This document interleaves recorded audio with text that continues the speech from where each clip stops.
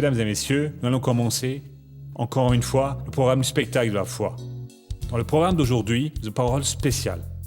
Tout ce que Dieu fait pour vous, il va le faire par le biais de vous. Mais comment ça? Si je suis une personne malade, par exemple, et que Dieu me guérit, elle guérit vraiment. Qu'est-ce qu'il veut? Simplement que je sois heureux, parce que mince, alors Dieu est bon, vous voyez, il m'a guéri, il m'a apporté la paix, etc., etc. Non. Il veut que j'utilise ce signal, ce mode-ci d'opération qu'il emploie, pour que je le conduise à la bénédiction des personnes qui en ont besoin. Ainsi, Dieu veut que nous ayons des attitudes positives. Dieu veut que je me mette en marche, que j'agisse. Dieu ne veut pas que je reste à l'arrêt. Si vous êtes du genre, on va bien voir ce qui va arriver, il ne va rien arriver. Parce qu'en plus d'être égoïste, pas permettre à Dieu de travailler en vous, vous allez être un problème au lieu d'être une solution. Toutes les fois que Dieu fait quelque chose pour vous, parce qu'il veut faire quelque chose à travers de vous. Alors aujourd'hui, écoutez bien ce que Dieu va dire. Écoutez la parole de Dieu et vous allez voir comment Dieu peut vous utiliser au nom du Seigneur Jésus. Nous aurons aussi un feuilleton très intéressant aujourd'hui. Le chapitre d'aujourd'hui s'appelle « Transformation complète ». Qu'est-ce que c'est que ça? Une personne dont la vie était complètement détruite avait des problèmes de douleur dans le dos. Elle souffrait d'hémorroïdes. Son mariage était détruit. Et en plus de cela, elle avait le vice de l'alcool. C'était donc un désastre complet. Mais Dieu a transformé ce désastre en un jardin. Il veut faire la même chose dans votre vie. Alors écoutez avec intention. Tout de suite après, je vais revenir au nom du Seigneur Jésus. Mes chers amis, je crois vraiment que quand Dieu nous permet de nous réunir au nom de Seigneur Jésus, c'est pour que nous ayons un contact avec Jésus. Croyez en cela, parce que la Bible dit, et a prouvé durant ces années de chrétien que j'ai, qui dépassent déjà un demi-siècle, et aussi pendant ces années de ministère que j'ai passées depuis quelques décennies, où la main de Dieu a toujours opéré, et je crois qu'aujourd'hui qu'elle va opérer. À présent, je veux voir avec vous aujourd'hui un sujet qui est le suivant. Dieu vient dans notre vie, et la Bible nous montre quelques exemples de personnes qui ont pensé qu'elle était fichue, et le Seigneur Dieu les a aidées à aller mieux. Elles sont allées un peu mieux, mais ce n'est pas juste cela que Dieu voulait faire. Ils étaient dans le péché, ils ont laissé le péché, mais ils n'ont rien fait de plus. Ils étaient malades et ont été guéris, et c'est très bien. Mais il y a plus. Laissez-moi étudier cela avec vous. C'est dans Luc au chapitre 5. Marc en a parlé, Matthieu en a parlé. Nous avons la guérison de cet homme qui était paralysé. Ils l'ont conduit jusque sur un toit, ils ont dégagé le toit et ils l'ont fait descendre devant Jésus. Et quand Jésus l'a vu, Jésus a dit « Mon fils, sois courageux, tous tes péchés te sont pardonnés. » Il était en train de dire la vérité sur ce qui venait de se produire. Les pharisiens se sont plaints et dans le verset 24, il est écrit ainsi. « Or, afin que vous sachiez que le Fils de l'homme a sur la terre le pouvoir de pardonner les péchés, je te l'ordonne, dit-il au paralytique, lève-toi, prends ton lit et va dans ta maison. » La personne que Jésus guérit, c'est pour qu'elle fasse quelque chose. Cet homme était paraplégique, sans pouvoir marcher. Guéri par Jésus, à présent, il devait marcher. Et en marchant, il était le témoignage de ce que Jésus pouvait faire. Vous qui êtes malade et que Jésus guérit, c'est pour que vous donniez le témoignage de la guérison. Jésus n'a pas dit « tu es guéri ». C'était tout ce que Jésus pouvait faire, non? Lève-toi, prends ton lit, tout ce sur quoi tu étais installé, allongé, et rentre chez toi, marche, laisse les personnes voir que tu es guéri. Cet homme possédait du pays des Géraséniens, et cet homme qui vivait tout nu, qui était très violent, personne n'empruntait ce chemin-là. Il faisait la loi dans ce coin-là. Il était un missionnaire de l'enfer. Si quelqu'un voulait voir la méchanceté de l'être humain, il devait regarder cet homme. Parce qu'en plus de s'exhiber, la personne ne doit pas agir de cette manière, il ne respectait pas les autres, et de plus, il était très violent. Ici, personne ne passe. Quand des hommes s'unissaient et l'attrapaient, ils l'attachaient avec des chaînes et des cadenas, ils cassaient tout, fuyaient et continuaient là. Jésus y va et expulse le démon de cet homme. Il est allé s'asseoir au pied de Jésus, les disciples l'ont conduit dans une maison, ils ont dû lui donner un bain, ils lui ont trouvé des vêtements, il s'est habillé. À présent, il était assis là, propre, au pied du Christ, et Jésus est allé en mission, il a continué. Il a dit « Seigneur, laisse-moi aller avec toi et accompagner le Seigneur. » Jésus a dit « Non, va voir tes proches et raconte-leur combien sont grandes les choses que Dieu t'a fait. » Des personnes aujourd'hui ont un problème similaire. Si c'est quelqu'un qui crée des problèmes à toute sa famille, ceci depuis toujours, et maintenant elle a trouvé Jésus, a été libérée, qu'est-ce que cette personne doit faire? Aller voir ceux auxquels elle a causé des problèmes et raconter sa transformation. Elle doit rechercher toutes les personnes qui ont tant souffert à cause d'elle, pour elle, et montrer que maintenant elle est une nouvelle personne. Quelque temps plus tard, Jésus est revenu dans cette région et la Bible dit qu'une foule de gens ont suivi Jésus. Quelqu'un a même dit que ça devait être les foules qui ont entendu l'ancien possédé et elles ont vu ce que Jésus avait fait pour lui. Je vous demande, à vous qui êtes ici, qu'est-ce que Jésus a fait dans votre vie? Missionnaire, moi j'étais candidat au suicide, j'en suis arrivé à attenter quelquefois contre ma vie. Et qu'est-ce que vous avez fait contre les gens suicidaires, comme vous l'étiez, qui vous ont encore tenté? Parce que ce démon qui vous utilisait, qui vous prenait, il a été subjugué par Jésus. Et maintenant, vous êtes devenu, au nom de Jésus, un Seigneur envers lui. Vous avez l'autorité pour rechercher ces personnes qui ont cette tendance de leur parler. Vous étiez une personne qui avait complètement échoué. Vous avez entendu l'évangile, Jésus vous a sauvé, vous a béni, vous a remis sur pied et maintenant vous êtes une bénédiction. Vous avez prospéré. Et qu'est-ce que vous avez fait? Pour l'Église, pour tous les égarés, pour les missions et pour les nécessiteux. Est-ce que Jésus a trouvé de la grâce en vous parce qu'il vous a trouvé mignon et qu'il veut vous voir riche juste pour que vous ayez une belle voiture, que vous ayez un avion particulier, une maison à la campagne, une maison au bord de la mer, que vous voyagez en première classe, quand vous allez à l'étranger pour rester dans un hôtel 5 étoiles, comme j'en ai vu de ces jours-ci, il me semble que c'était à Dubaï, la nuit coûte $10 000. J'ai dit Jésus, comme il y a des gens idiots, passer une nuit dans cet hôtel. Mais aussi là, dans le désert, ils ont fait une piste de ski alpin, où on dirait que vous êtes dans les Alpes suisses. Et là, les gens vont faire du ski. Et c'est un grand complexe, ce n'est pas un tout petit truc, non, c'est une installation d'une taille énorme. Mais mince, alors la personne y va et fait du ski, mais c'est pour ça que Jésus nous a fait riches. Alors que d'autres sont en train de se priver un petit peu pour aider l'œuvre de Dieu, pourquoi est-ce que lui n'aide pas plus pour que l'œuvre croisse, pour permettre de faire un grand travail pour Dieu? Et donc quand Jésus nous sauve, ce n'est pas pour que nous restions immobiles. Oh missionnaire, je suis en train d'attendre le jour du Christ. La majorité est en train d'attendre. Pourvu que le jour du Seigneur soit aujourd'hui, car ça va être un grand jour glorieux. Amos a eu une révélation que... Non, il a dit qu'au contraire, cela ne va pas être très glorieux, d'accord? Allons, à Amos. Si je me suis trompé, vous me pardonnez, ok? je ne... Amos, au chapitre 5.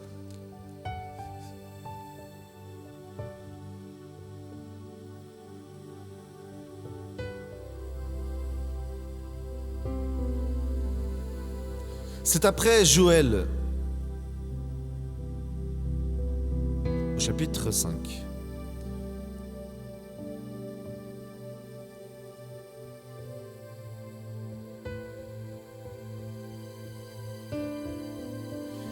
Ézéchiel, Daniel, Osée, Joël, Amos.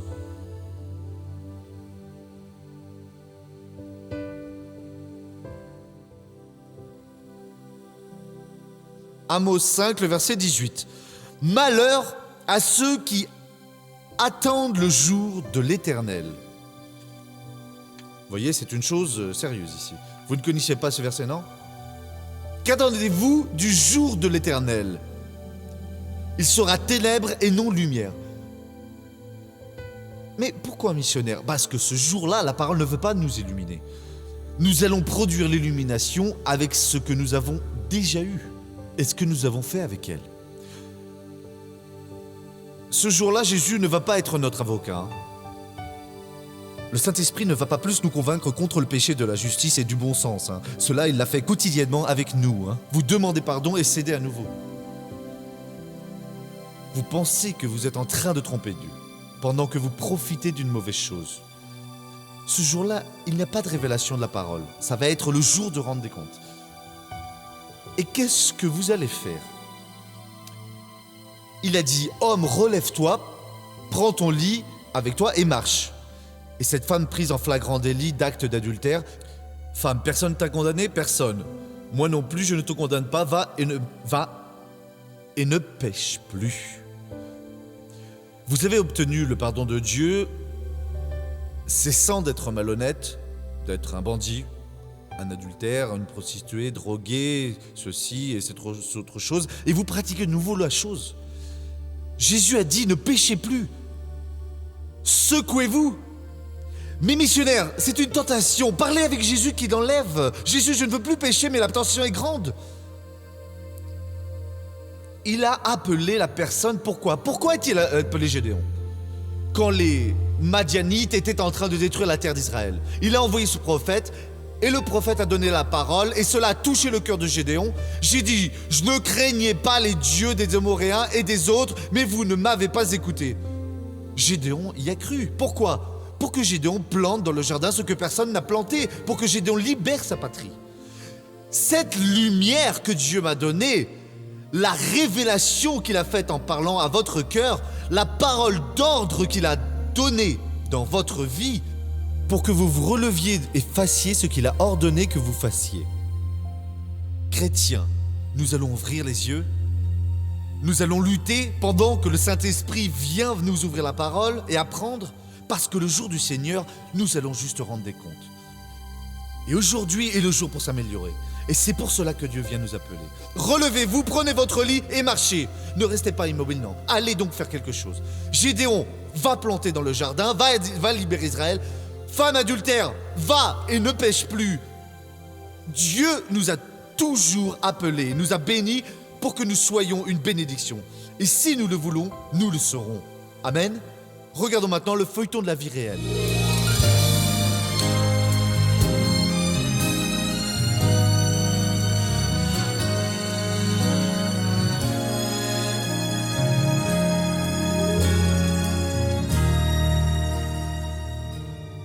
Ma vie, avant de connaître Jésus, était plutôt tumultueuse. Je buvais un peu trop.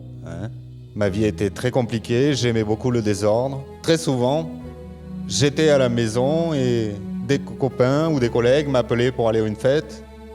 Et j'y allais, je buvais comme un trou, je rentrais complètement saoul. À chaque fois qu'on sortait, et on sortait beaucoup pour des fêtes avec des copains ou en famille, il se met toujours la pagaille parce qu'il finissait par trop boire et déclenchait des bagarres, même avec les membres de sa propre famille. Le mariage de José Divino touchait à sa fin. Le vice de la boisson affectait sa relation avec son épouse. On est arrivé deux fois, on en est presque arrivé au point de se séparer. Et tellement on se disputait, elle s'approchait de moi comme ça et elle me disait « on peut vraiment plus vivre ensemble », etc. On se disputait beaucoup avec ma femme. Il y avait des fois où on passait plusieurs jours sans se parler et je me vengeais sur la boisson. Je buvais beaucoup et je rentrais à la maison révolté. Au lieu d'aller mieux, qu'est-ce qui se passait? Ça empirait. Nous nous sommes pratiquement séparés, sans plus beaucoup d'espoir entre nous deux, vraiment. En plus des problèmes conjugaux, José Divino souffre d'hémorroïdes et d'un mal dans le dos. J'avais très mal, parce que les hémorroïdes sont sortis de 2 cm. Et là, j'ai commencé à avoir de fortes douleurs dans le dos. Très fortes. Il allait travailler et revenait toujours en se plaignant de fortes douleurs. Pour pouvoir dormir, qu'est-ce que je faisais? Ma femme me faisait des massages et elle me donnait des coups dans la colonne pour qu'une douleur chasse l'autre et que j'arrive à dormir. À travers le spectacle de la foi, Jésus commence une œuvre de transformation de José Divino. J'avais horreur du missionnaire. Aujourd'hui, je demande pardon à Dieu pour ce que je disais. Je disais qu'il ne faisait que demander de l'argent. Et justement, au moment où j'allumais la télévision, qu'est-ce qui se passait? Le missionnaire demandait qu'on parraine. J'éteignais la télévision ou je changeais de chaîne Et puis un beau jour, je suis rentré du travail, me suis allongé sur le lit. Alors j'ai mis son émission, il a parlé et il a dit « Vous qui êtes allongé sur votre lit, relevez-vous, c'est le jour de votre guérison. » Et puis il a fait la prière et à ce moment-là, il m'a fixé, il a dit « Faites maintenant ce que vous ne pouvez pas faire, sans y penser. » Avant de m'accroupir, j'ai eu un doute. Comme si on me parlait à l'oreille « Est-ce que tu es guéri ?» Au lieu d'atténuer la douleur, ça fait quoi? Ça a bloqué. Je suis tombé sur le lit en me tordant de douleur. C'est passé, le lendemain je me suis levé tôt, je suis allé travailler. J'ai réussi à travailler jusqu'à midi. Et puis la douleur insupportable est revenue. J'ai pris un médicament et ça n'a rien fait. Alors, quand il était 6 heures du soir, je suis entré dans la chambre, j'ai fermé la porte à clé pour que personne n'ouvre. Alors je suis resté là à attendre, et là je changeais de chaîne. Alors quand il a commencé, j'ai regardé avec attention, et quand on est arrivé au moment de la prière, il a pointé le doigt et il a dit « Et vous là sur ce lit, vous savez pourquoi vous n'avez pas été guéri hier? Parce que vous avez douté de la parole de Dieu. » Alors je me suis dressé sur le lit et j'ai dit « Je suis guéri. » Je suis guéri, je me suis levé, j'ai fait la prière avec lui. J'avais jamais réussi à toucher le sol avec la paume de ma main. Et ce jour-là, je l'ai touché. J'ai touché avec la paume des 2 mains. Et à partir de ce jour, j'ai été guéri. Alors j'ai dit, je dois rechercher ce Dieu qui m'a guéri. Je dois le rechercher. Après avoir reçu la guérison, José Divino se met à fréquenter l'Église internationale de la grâce de Dieu. Il affirme ses pas en Jésus et voit sa vie transformée. Oui, il a beaucoup changé. Tellement que j'ai fini par aller à l'église parce que j'ai vu les changements dans sa vie. Grâce à Dieu, je peux porter 100 kilos. Je m'enfonce dans le sol, mais je ne dors pas. Je me sens plus de douleur. Et au niveau des hémorroïdes, j'ai été guéri. Grâce à Dieu. Ma vie a complètement changé. Mon comportement a changé. Ma façon de parler, ma façon d'agir a changé complètement à partir de ce moment-là. Gloire à Dieu. José. Ça veut dire que vous aviez horreur du missionnaire. Je l'aimais pas, non. Dieu le faisait allumer à ce moment-là parce que c'est à ce moment-là qu'il allait ouvrir son cœur. Et il y a des gens, comprenez bien, qui ne vont souffrir que quand ils vont exploser. Pour d'autres, c'est beaucoup plus léger.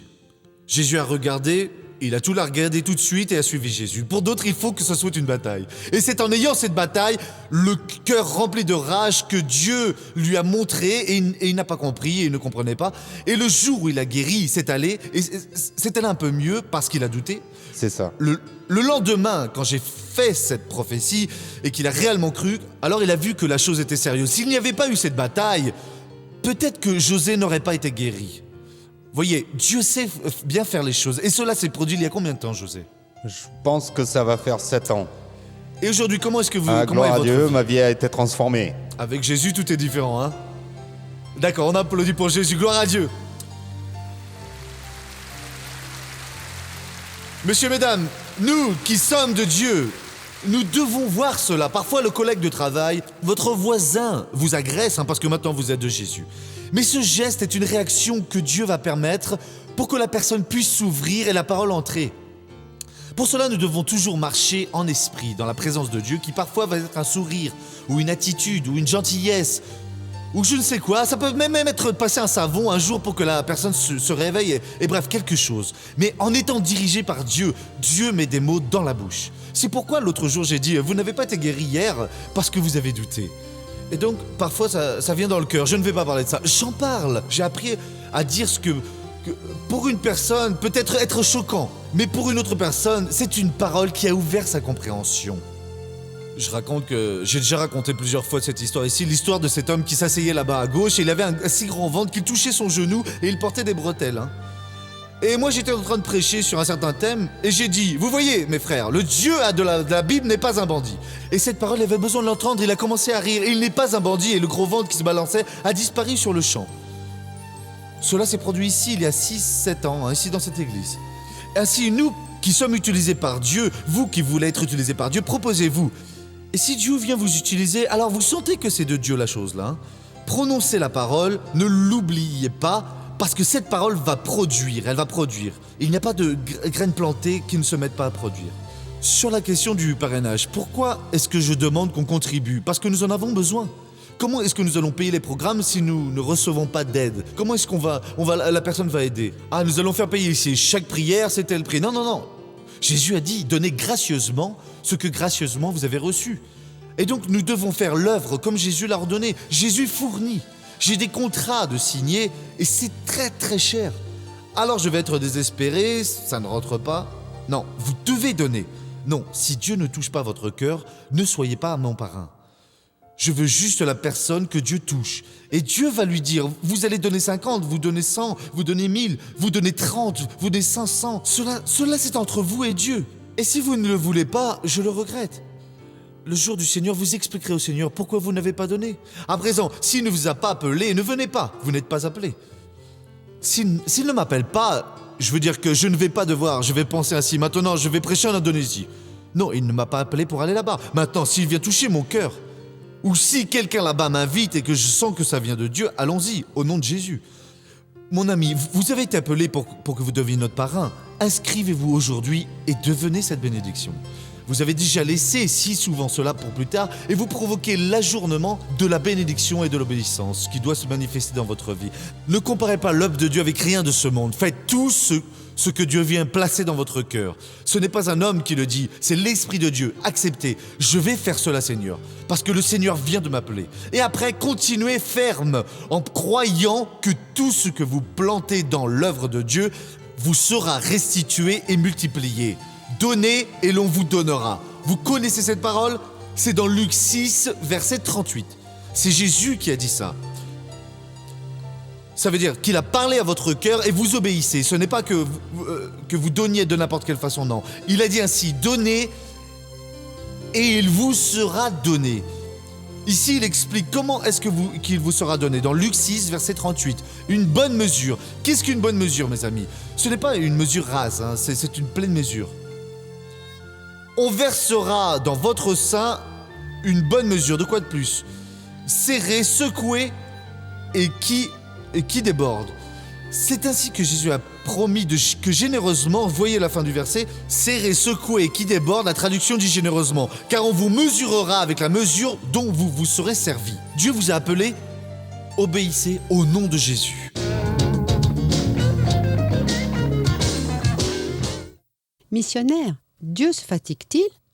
S'il ne se fatigue pas, pourquoi est-ce qu'il s'est reposé le 7e jour? Il y a des personnes qui sont bonnes pour observer les choses, hein, mes amis. J'aime voir ces personnes qui prennent les choses comme ça. Hein. Je me souviens d'un de mes enfants, hein, c'est Marc. Marc, c'est mon 4e. À la maison, il y a David, il y a André, il y a Daniel, il y a Marc et il y a Philippe. Et Marc devait avoir près de 5 ans. Hein. J'étais allé prêcher aux États-Unis, âgé de 5 ou 6 ans environ. Hein. Et je pense que c'est avant que je devais rapporter. J'ai ramené un gros blouson d'hiver du genre pour le grand froid, vous voyez. Et il en avait un. Et je les emmenais pas à l'époque. Hein. J'y allais passer 3 semaines et revenais pour 2 semaines. Alors un jour, c'était l'hiver. Il entend dire qu'il faisait très froid là, près d'1 mètre de neige. Et il a dit Papa, la prochaine fois, emmène-moi car je veux connaître la neige. J'ai dit Marc, je ne peux pas. Marc, il fait très froid. Mais tu n'as pas rapporté un blouson de ski pour moi. Voyez comme il écoute. Je dis en effet, mais un jour je t'emmènerai. Il a dit sinon apporte de la neige car je veux connaître ça. Moi j'ai dit mais Marc, la neige va fondre que si je prends de la neige, elle va fondre. Et papa, pourquoi est-ce qu'il existe des bouteilles thermiques? Celle-là a dit Dieu se fatigue. Hein. Il se fatigue parce qu'il s'est reposé. Je ne sais pas ce que Dieu veut dire par s'être reposé. Il a fait le monde en 6 jours. Le 7e, la semaine a 7 jours, hein. Et c'est un jour pour le Seigneur. C'est comme 1000 ans pour nous, hein. Vous devez voir cela aussi. Quand la science dit qu'il y a eu l'ère primaire, secondaire, tertiaire, quaternaire, je pense que l'on parle de ces 1000 ans-là. Hein. Je veux dire que vous voyez que les roches se sont réchauffées, car la science le prouve. Hein. Je pense qu'ils ont eu raison. Un jour, la Bible dit qu'un jour, pour Dieu, c'est comme 1000 ans pour nous. Il s'est reposé, il a cessé de faire la création. Il n'y a plus eu de création après cela. Maintenant, laissez-moi prier pour ceux qui sont chez eux. Père, au nom de Jésus, je te remercie pour ce que le Seigneur est en train de faire, pour la bénédiction, pour ces milliers et milliers de personnes que le Seigneur a relevées dans tout le pays pour regarder le spectacle de la foi, maintenir le spectacle de la foi, et à présent, ô Dieu, dans cette croisade de notre TV, que ce soit une véritable bénédiction au nom de Jésus.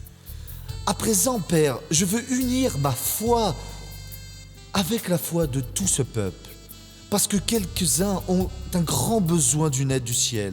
Et cette aide, je l'implore maintenant. Viens des aux cieux pour toucher toutes ces personnes.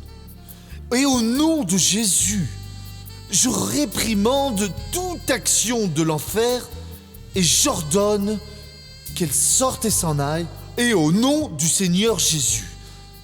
Et vous dites, merci beaucoup Seigneur.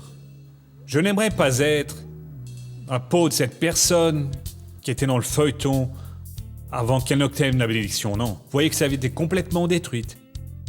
Mais elle a permis, elle a laissé Dieu entrer et y a cru. Pour ça, aujourd'hui, elle est une personne reconstruite, heureuse et épanouie.